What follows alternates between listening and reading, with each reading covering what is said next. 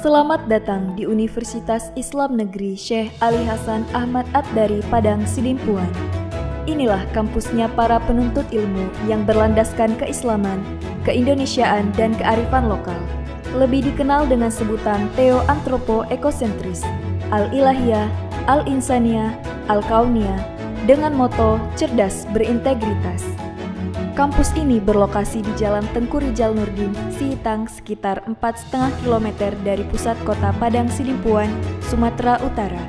Dalam catatan sejarah, kampus ini dulunya adalah perguruan tinggi Nahdlatul Ulama tahun 1962, kemudian berubah status menjadi Universitas Nahdlatul Ulama Sumatera Utara pada tahun 1965. Hingga tahun 1968 telah menjadi bagian dari Fakultas Tarbiyah IAIN Imam Bonjol Padang, Sumatera Barat, cabang Padang Sidimpuan. Setelah 5 tahun kemudian, berubah menjadi Fakultas Tarbiyah IAIN Sumatera Utara, cabang Padang Sidimpuan. Pada tahun 1997, berubah status menjadi Sekolah Tinggi Agama Islam Negeri Padang Sidimpuan. Pada tahun 2014, kemudian beralih status menjadi Institut Agama Islam Negeri Padang Sidimpuan, hingga akhirnya pada tahun 2022 beralih bentuk menjadi Universitas Islam Negeri Syekh Ali Hasan Ahmad At-Dari Padang Sidimpuan.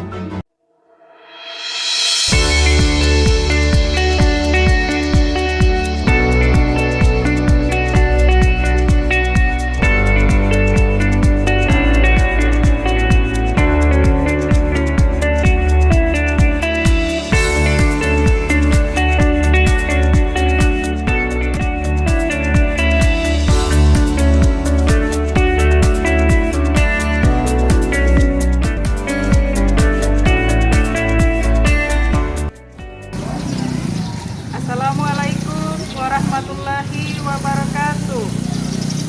Saya sebagai mahasiswa PPG dalam Jabatan Transformasi tahun 2025 batch 1 pada Universitas UIN Syahada akan melakukan ujian kinerja pada Madrasah Ibtidaiyah Negeri 2 Bualemo di kelas 5 dengan materi Sistem Pernapasan pada Manusia.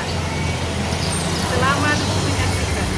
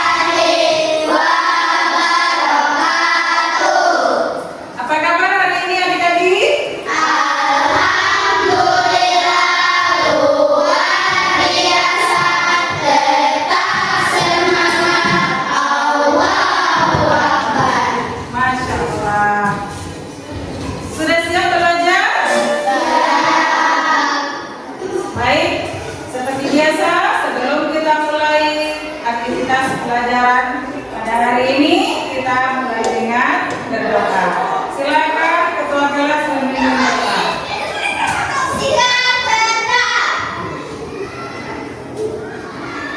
Marilah kita bersama-sama mengucap doa belajar mulai. Bismillahirrahmanirrahim.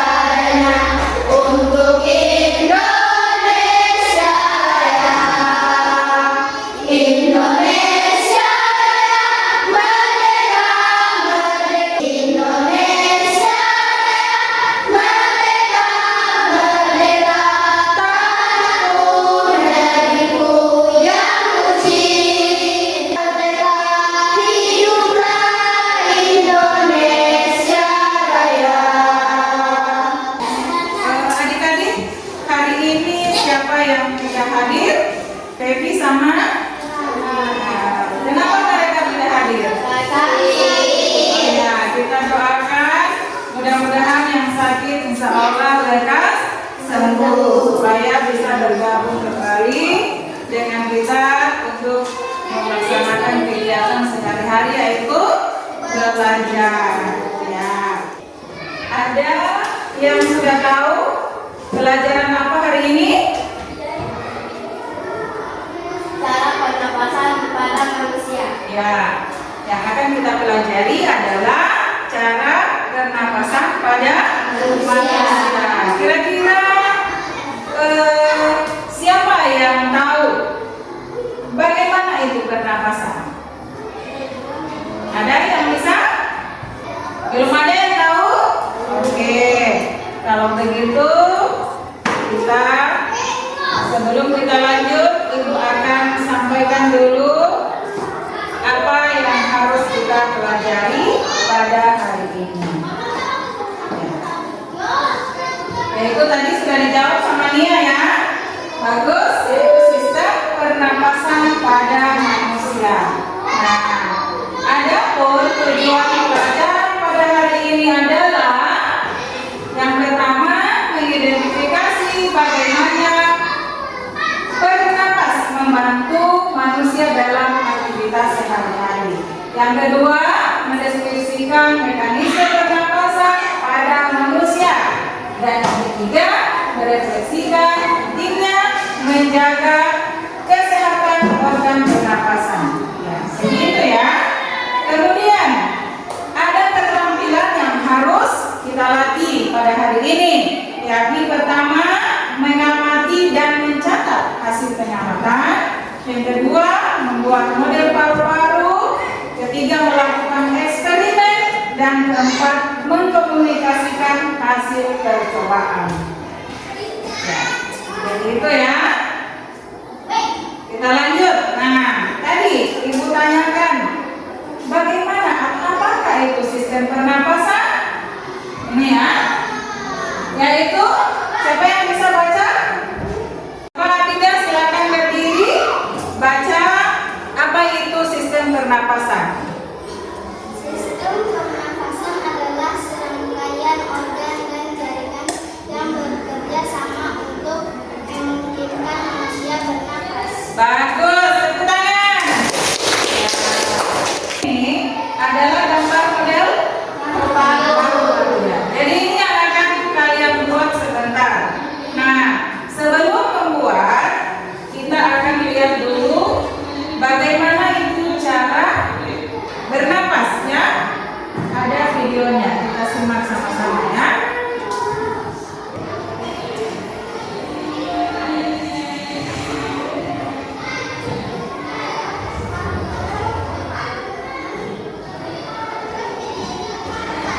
Siap, ibu, pangkal tenggorok atau lari, batang tenggorok atau trakea, jalan batang tenggorok atau bronkus, dan paru-paru. Iya, Pipo. Melalui lubang hidung, udara mendapatkan jalan keluar dan masuk ke dalam tubuh kita. Tapi selain itu, udara dengan kelembapan tubuh. Hidung juga jalur yang langsung terhubung dengan alat pernapasan berikutnya, yaitu tenggorokan. Tenggorokan merupakan alat pernapasan manusia yang kedua. Pada tenggorokan terdapat laring atau pangkal tenggorok dan batang tenggorok atau trakea. Pada bagian dalam dinding batang tenggorok terdapat selaput lendir dan rambut-rambut halus yang selalu bergetar yang berfungsi menghalangi benda-benda asing. Yang tenggorok yang disebut juga lari menghubungkan hidung dengan batang tenggorok atau yang biasa disebut trakea. Pada ujung trakea terdapat bronkus, yaitu percabangan yang menghubungkan trakea dengan paru-paru kiri dan kanan. Paru-paru, kalau sistem pernapasan kita terdiri dari dua kan, yaitu sistem pernapasan dada yang bisa kita lakukan dan juga sistem pernapasan paru. Jelasin dong, Pipo, apa sih perbedaan keduanya? Pernapasan dada terjadi karena gerakan tulang rusuk oleh otot-otot antar rusuk. Atau mundur. Saat itu, tulang rusuk turun ke posisi semula, menyebabkan rongga dada dan paru-paru mengecilkan. Ya, benar sekali. Lalu menurut kamu, bagaimana dengan pernapasan perut kita, Lula? Aku belum yakin banget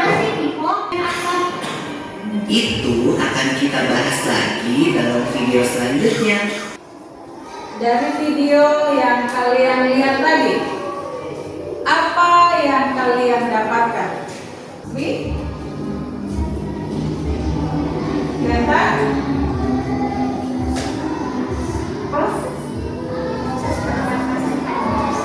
iya, tentang proses pernapasan pada manusia. Ya, itulah tadi. Karena pelajaran pada hari ini tentang sistem pernapasan pada manusia, jadi sengaja Ibu tampilkan penjelasan video tentang pernapasan pada manusia. Dari video tadi bisa kalian pahami? Sebelum kita lanjut, kita ice cream dulu ya. Nah, tepuk satu, tepuk dua, tepuk tiga. Nah, fokus. Kita kembali lagi ke sini ya. Sekarang kalian akan membuat model paru-paru. Namun sebelumnya Ibu akan perlihatkan video tata cara membuat model paru-paru dari bahan yang sudah disediakan. Nah, sekarang simak baik-baik ya, supaya kalian bisa tahu. Semoga semuanya dalam keadaan yang sehat dan bersemangat untuk menjalankan pembelajaran hari ini. Kita akan membuat model pernapasan. Nah, Ibu siapkan dua. Bahan yang kedua, kita butuh sedotan. Sedotannya yang harus bisa diberikan isolasi. Boleh yang banding besar atau isolasi yang kecil ini. Alat yang kamu perlukan adalah ini.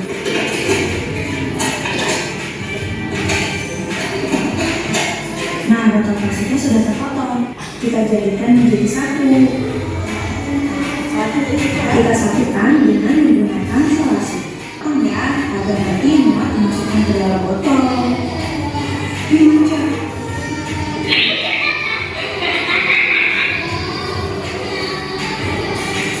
Potong juga bagian sebelahnya ya.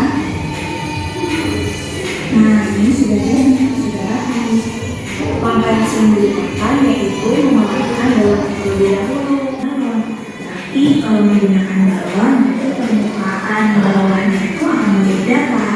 Padahal kita tahu bahwa diafragma itu bentuknya melengkung seperti pada gambar ini.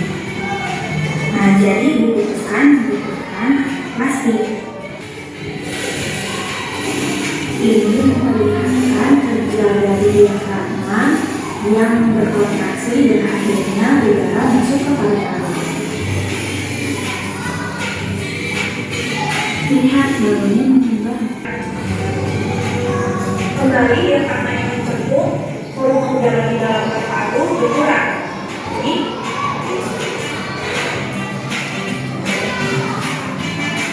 coba kita dulu ya. Membuat model pernapasan manusia dan penjelasan tentang teknik pernapasan berikut maupun pernapasan dada. Oh iya, anak-anak itu juga membuat literatur tentang bagaimana proses pernapasan manusia. Jangan lupa dicek ya. Terima kasih sudah mengikuti pembelajaran hari ini. Bye.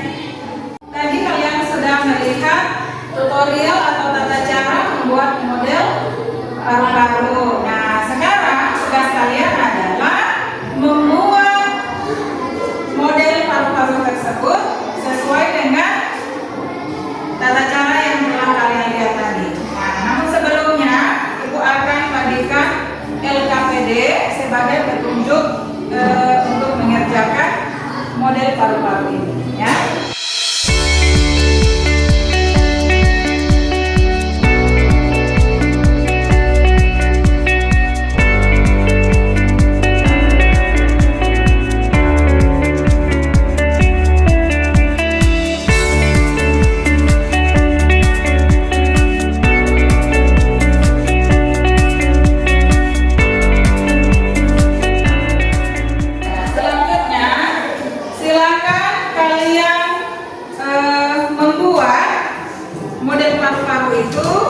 Dengan berdasarkan LKPD dan tata caranya seperti video yang telah kalian simak tadi. Oke, silakan membuat.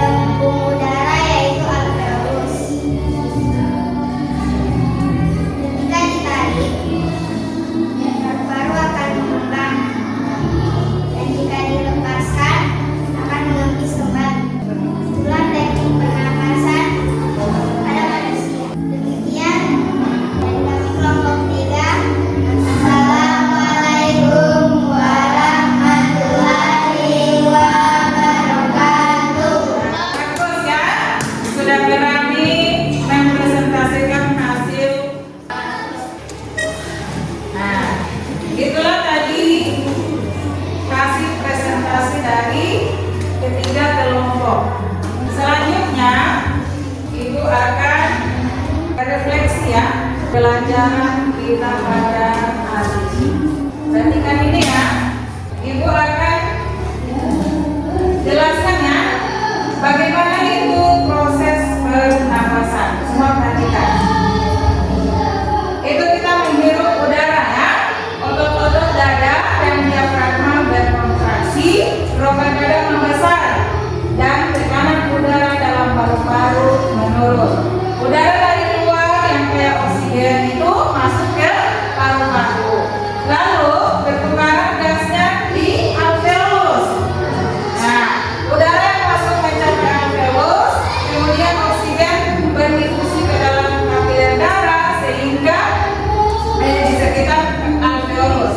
Kemudian karbon dioksida dari darah berdifusi masuk ke alveolus untuk dibuang. Seperti cara kerja yang tadi ya, udaranya masuk ke rongga hidung melalui trakea, kemudian menuju ke cabang-cabang bronkus yaitu bronkiolus dan masuk menuju alveolus atau gelembung udara. Nah, itu tadi adalah teknik pernapasan perut ya, seperti yang kalian saksikan di video tadi. Di saat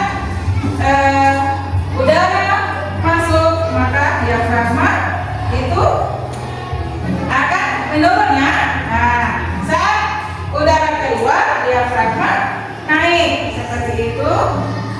Alat yang kalian buat tadi, anggap saja diafragma ditarik atau menurun, itu udara masuk.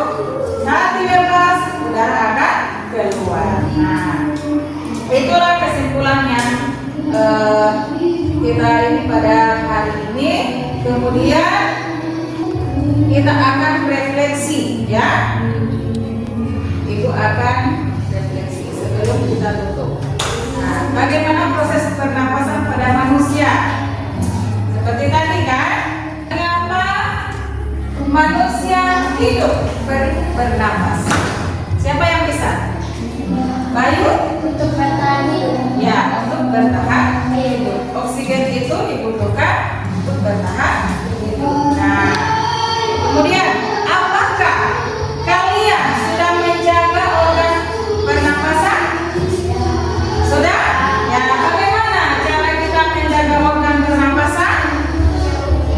Ya, dengan cara apa tadi Abida? Ya, menjauhi asap rokok. Kemudian yang kedua apa lagi? Menjauhi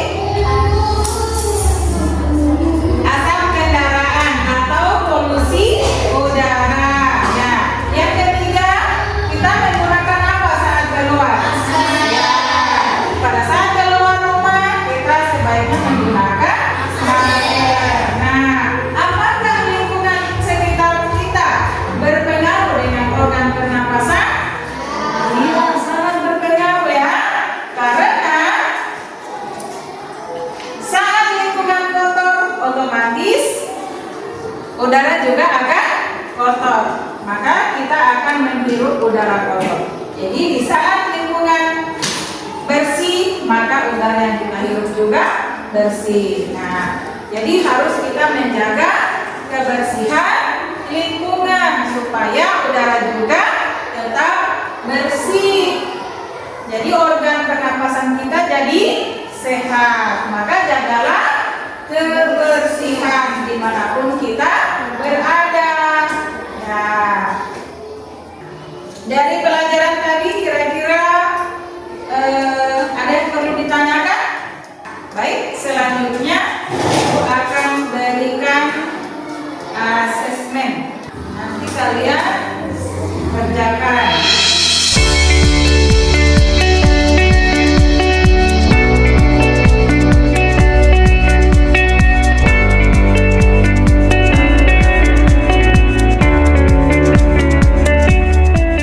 Saya asesmen, Ibu akan kumpul, nanti akan diperiksa. Selanjutnya untuk tugas di rumah kalian akan menonton YouTube untuk lebih menambah pengetahuan kalian ya. Nanti Ibu akan kirim itu sebagai referensi atau tambahan pengetahuan kalian. Nanti akan nonton di rumah ya. Oke. Jadi untuk hari ini cukup sekian dulu pelajaran yang kita laksanakan pada hari ini. Sikap belajar. Marilah kita sama-sama mengucap doa pulang mulai.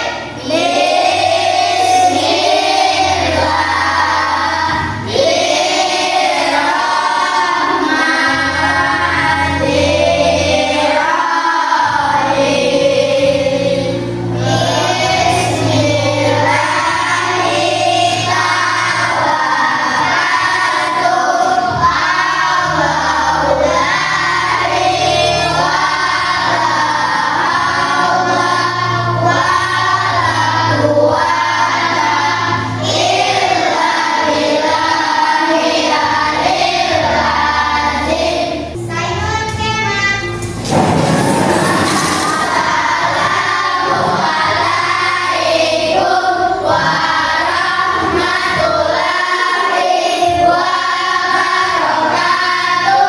Waalaikumsalam warahmatullahi wabarakatuh. Jurusan. Demikian pelajaran pada hari ini. Insya Allah kita bertemu di esok hari. Wassalamualaikum warahmatullahi wabarakatuh.